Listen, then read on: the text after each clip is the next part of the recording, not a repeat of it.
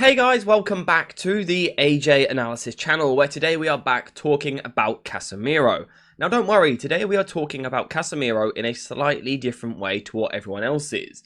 Now what I've seen online a lot is pretty much everybody, myself included, talking about Casemiro not starting the season well, maybe being past his best, just not fitting the system, not really suiting the role he's currently playing, a lot of different negatives. What I haven't seen though is people providing solutions. So today we're going to do exactly that. We're going to talk about Casemiro and how I genuinely think Ten Hag can get him back to his best this season. So before we continue into the video, a quick shout out to today's video sponsor, JerseyFifa.com, the home of all of the greatest football kits. Whether that be the new latest releases or the old classic ones like this, Jersey FIFA has something for everyone, and now you can check it out yourself using the link in the description down below. And also make sure to use code JerseyFifa for 10% off when you order. So to figure out the best way to use Casemiro, we first need to think about what is he actually particularly good at.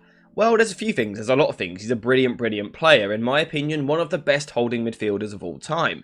And therefore, one of the things he's really good at is winning the ball back. Now at the moment, the roller system don't suit him and allow him to do that. However, in my opinion, he is still a good ball winner. He started the season a little bit rusty, but hopefully when he's back up to speed, I think we will see him improve in that area. Another area where he's really good is with his aerial ability. He is brilliant in the air, and that is very useful in both boxes.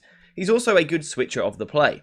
Picking the ball up in an area like this, if I can move him like that, his long passing is genuinely very good and actually quite underrated in my opinion. He is a very good long passer. He's also really creative in the final third. Aside to his game, which I don't think we were that aware of during his time at Real Madrid, but since moving to Old Trafford, Casemiro has been a genuine creative outlet in the final third of the pitch. We've regularly seen him pushing forward into these areas and looking to find balls into the box, and we've also seen, like I said earlier, his ability to be a threat in the box, whether that be with his runs off the ball into areas like this, or purely just his aerial ability. We know he's a big threat, so he is genuinely a threat in these areas. At the same time, he clearly has weaknesses. He's not very press resistant, he's not very good at receiving with his back to play in the first phase. He's also not a good dictator of tempo because he likes to get the ball and quickly spam the ball forward. Far too quickly. He gets the ball here, he spams it forward. He gets it, he spams it forward. So he's not very good at that either. And also, at the moment, he isn't very good at negative defending and tracking runners and things like that. So when United lose the ball high up the pitch, for example, in a situation like this, and the opposition play the ball out wide, and then a player's going to kind of run into these areas, Casemiro right now just doesn't seem to have the legs to physically track them. So those are the pros and cons of Casemiro. And I think if we wrap it all into one, quite an obvious solution comes quite clear. Move his position. Because if we were to take the name of Casemiro away from this, pretend it's not Casemiro, pretend we're just talking about any old midfielder here. Not very press resistant, and not good at dictating the play. But good defensively, good at pressing high, and a good outlet in the final third of the pitch. That doesn't sound like a holding midfielder. So, don't use him as a holding midfielder. Play someone else in his holding midfield position and put Casemiro potentially in more of a box-to-box role. Now, some people will say he doesn't have the legs to play as a box-to-box midfielder, he doesn't cover enough ground. Well, actually, I will go against that, because these are the numbers from the Wolves game, provided by United Arena on Twitter.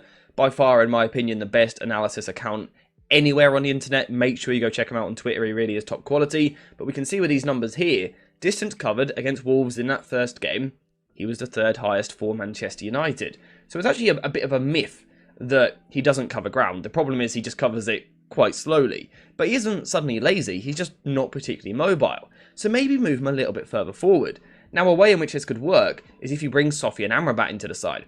We know that Sofian Amrabat has the potential to be a holding midfielder, a deep player, which means suddenly, potentially, you have something like this. And this could allow United to really excel in a lot of different ways, which they aren't currently. Initially, it provides United with the platform to build the ball out from the back.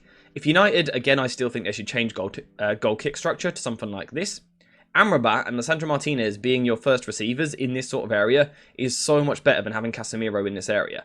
So if Onana and Rafael Varane are tasked with the quite simple job of just playing the ball forward, we know that Lisandro Martinez and Sofian Amrabat would be quite good technically at receiving the ball in these areas, certainly better at it than Casemiro, allowing United to improve at playing the ball out from the back. But also, alongside someone like Rasmus Højlund up front, if you push Casemiro a little bit further forward, you also have someone in higher areas who is genuinely an aerial threat. So when United can't get the ball out from the back, can you bypass the press, go long to either Rasmus Højlund or now Casemiro in this midfield position, something which Eriksen or Mason Mount don't particularly offer. I think moving Casemiro further forward and bringing in a new deep midfielder, which really is the important part here, you need a new midfielder. But doing this allows United to drastically improve in that first phase. I think we would also see improvements in the next phase as well. Having someone like Amrabat deeper rather than Casemiro would allow United to excel. What was I saying were the problems with Casemiro? When he's in his areas, he wants to play the ball forward too quickly, and therefore he doesn't dictate possession.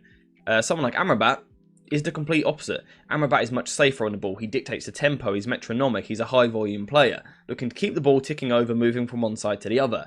Amrabat would drastically improve United's ability to keep the ball in these positions, but you've still got Casemiro in the side. This is a role which Casemiro often played for Real Madrid. Despite being the deepest midfielder on paper, he would often push further forward, and the likes of Toni Kroos and Luka Modric would drop deeper to control the tempo. Now importantly, Casemiro can still provide the rotations which Erik ten Hag loves. He is still capable, more than capable, of dropping into areas like this to allow the fullback to push further forward. At times he could drop all the way into a back three like this, or into a back four position. He's still very capable of providing the different rotations which are needed. I mean, at times he can even pop up as the deepest midfielder, push Amrabat a little bit further forward. These are all things which United could do. And that is why, again, I think signing Amrabat could help United to unlock Casemiro. It allows Casemiro to push further forward, but like I said, still be part of these rotations. I also think from this position, Casemiro would be a better retention player. At the moment, the problem is that when he plays deep, all the players in front of him, and he sees a pass, and for some reason, he always wants to go for it. No matter what people might say, he always seems to go for the forward pass. If you put him a little bit higher up the pitch, that pass and that space isn't so naturally always on, if you know what I mean. Plus he's getting less of the ball anyway because he's higher up the pitch in a more congested area. So I think suddenly by moving him a bit further forward, he almost doesn't have as much chance to pump the ball forward because, quite simply, you can't really do that from these positions. So again, I think it would help Casemiro in that way. I think it improves United in the first phase because Casemiro isn't press resistant, so you move him out the way, let the other players deal with it. In the middle phase, Casemiro isn't someone which dictates tempo, so you move him out the way, let other people do it. Amrabat, Dalot, Lisandro Martinez. And again, like I said, Casemiro is still more than capable of rotating into these areas. Doing this would also give Casemiro the freedom to get forward into the final third to support the attack, something which he likes to do, as we've seen at the start of the season. Despite, again, being the deepest midfielder on paper, he's regularly pushing forward ahead of the ball. Now, the problem currently is that leaves no one in midfield for United, but if you put Amrabat in to plug that gap, it helps a lot. And Casemiro, genuinely in my opinion, is actually very, very good in these areas. Again, he's strangely good with his creativity in the final third. He has a brilliant ability to find a pass in these areas, but also his movement off the ball is very, very good. And again, he is a box threat. So when someone like Antony, perhaps on the right-hand side, is cutting in onto his left foot and looking to cross, having players like Casemiro and Rasmus Højlund in the box to attack the ball could be very, very dangerous. And like I said, this isn't me just coming up with this out of nowhere. Casemiro has proven in the past that he could do it. He played a similar role at one point for Real Madrid in the 2021 season, where we could see that he was their second top scorer in La Liga that particular year, because he was given his freedom to get forward. But we've also seen it for Manchester United in the past already, which we can see here using Once Video Analyzer Pro, a really good football video analysis software, which you can check out using the link in the description down below. Highly recommend it. Here we can see that Casemiro is going to pick the ball up in a high midfield position. So this is Tyrell Malacia deep, looking to play the ball forward through the lines to Casemiro. Casemiro is going to receive the ball in this area, turn and kind of carry the ball forward a few yards. He's then going to get his head up, look up and see the runner of Marcus Rashford and play the ball in with a really good pass. This is good creativity from Casemiro, but it's a pass which isn't so available to him when he plays as the deepest midfielder, because kind of naturally it's just not on. We can see that he wants to get forward and be creative in the final third. We also know that he has good movement in the final third as well. We can take this game against Reading in the Cup last season. Here we can see that Christian Eriksen is the deeper midfielder, and Casemiro has naturally pushed further forward.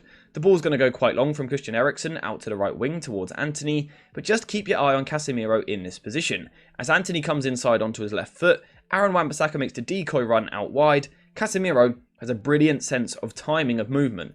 Again, I don't particularly know why, because he's been a deep midfielder for most of his career, but he's just really good at attacking space in the final third.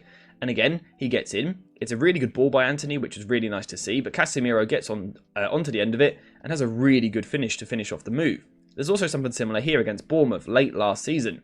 We can see again Christian Eriksen is ever so slightly deeper than Casemiro, who quite clearly is not in a holding midfielder position.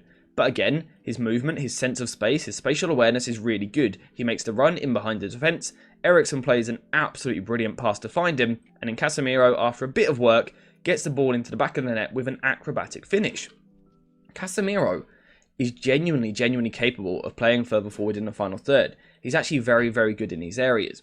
Now, what else would work from this area is actually his defensive side of the game would be improved. Something which we've seen early in the season is, again, let's take Amrabat out, let's put Eriksen in. Eriksen pushes forward to join the attack, but the problem is that Casemiro does that as well. So United are pushing, at times, too many players forward to support the attack. So when they lose the ball, there's too many spaces in here. Particularly because Casemiro, even when he is deeper, his first thought seems to be, can I get towards the ball? Rather than covering space and delaying counterattacks, he wants to be aggressive and jump in. This is suited much more to playing a higher midfield position. Again, let's bring Amrabat into the side to play a little bit deeper and kind of shore up our midfield in this position.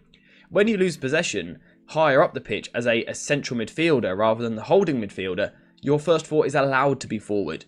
That works much better. It suits Casemiro's aggressive front-footed game to play a little bit higher up the pitch. Like I said, when you're being aggressive from deep, you just leave spaces. Higher up the pitch, you can do it a bit more. And we know we've got Sofian Amrabat in behind covering for him, and now being the holding midfielder. There is also huge benefits to this sort of plan in more defensively set positions as well. Let's say the opposition are trying to break Manchester United down and really dominating possession.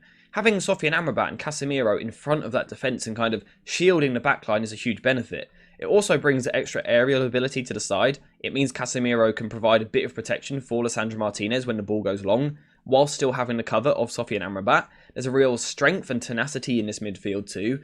I genuinely think it works in a lot of different ways. Now, this was recorded before the Forest game, so there's a chance that Casemiro played unbelievably well in that game, and none of this really matters. But I doubt it was the case still. I think he would have had a better performance in that game, but I still think United might be better off moving Casemiro. In terms of the longevity of his career at Manchester United, and making sure that he can sustain a top level, I think a slight move in position really could suit him. I genuinely think this is the best way to get more from him.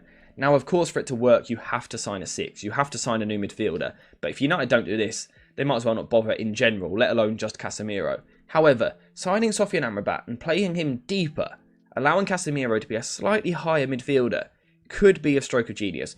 Will it happen if Amrabat signs? I don't know. It might be the other way around, and Casemiro might still be the deeper midfielder.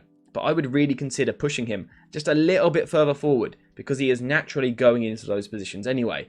But I'm really interested to hear your thoughts on this in the comments down below. It's not something I've seen people talking about online yet, so I thought I would try and be the first one to it, to get it out there and see what you guys think. Do you think he could play this slightly higher position? Do you think it helps the team from a defensive but also an offensive point of view? Let me know what you think, or does it not really work? Again, let me know all of that in the comments down below, but apart from that, thank you guys for watching. I hope you have enjoyed it, and as always, I'll see you in the next one.